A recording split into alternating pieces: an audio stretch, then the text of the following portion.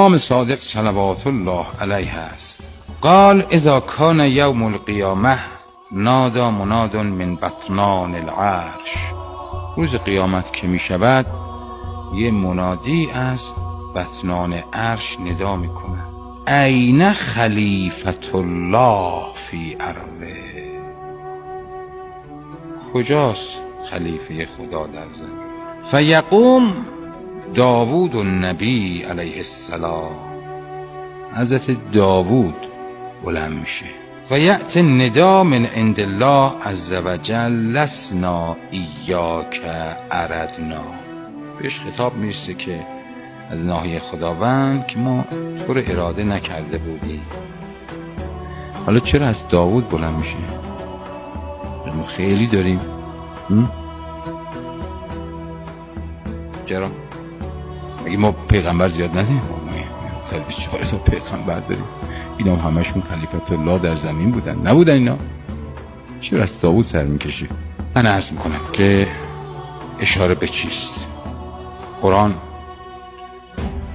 چون این خطاب به او شده و این وصفیست از ناحیه خدا برای او. یا داوود انا جعلناک خلیفة فی الارض فاحکم بین الناس. چی؟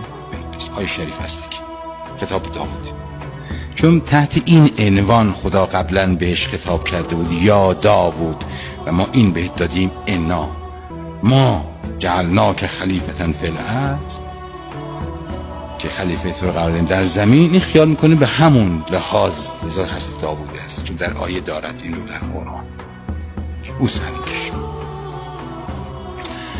بعد دارد که ندا می آید از ناحیه خداوند لسنا ایاک اردنا، ما تو رو قصد نکردیم و ان کنت لله تعالی خلیفه، گرچه تو هم خلیفت الله هستی نه که نیستی، اما تو رو اینجا فعلا اراده نکرد.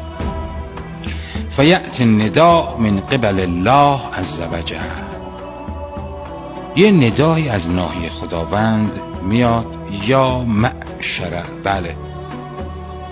ثم ینادی ثانیه، من یه خط سپس ندای دوم میاد این خلیفة الله فی ارضه، باز همون تکرار میشه. کجاست خلیفه خدا در زمین؟ اینجا دارد فیقوم امیر المؤمنین علی بن ابی طالب صلوات الله، سرآمد ائمه. خب ازت بلند میشه فیأتی النداء من قبل الله عز وجل یا معشر الخلائق هذا علی بن ابی طالب خلیفة الله فی ارضه و حجته علی عباده. آی مردم، این علی بن ابی طالب خلیفه الهی در زمین، حجت خدا بر بندگان. فمن تعلق بحبله فی دار الدنیا، چقدر زیباست. اون کسی که به اون ریسمان ولایت علی علیه السلام در دنیا چی؟ چنگ زده، بستگی پیدا کرده. فلیتعلق بحبله فی هذا الیوم، حالا هم بیاد به هم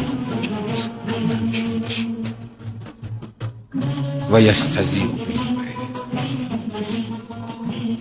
و اصطلاح ما استزاء بالنور.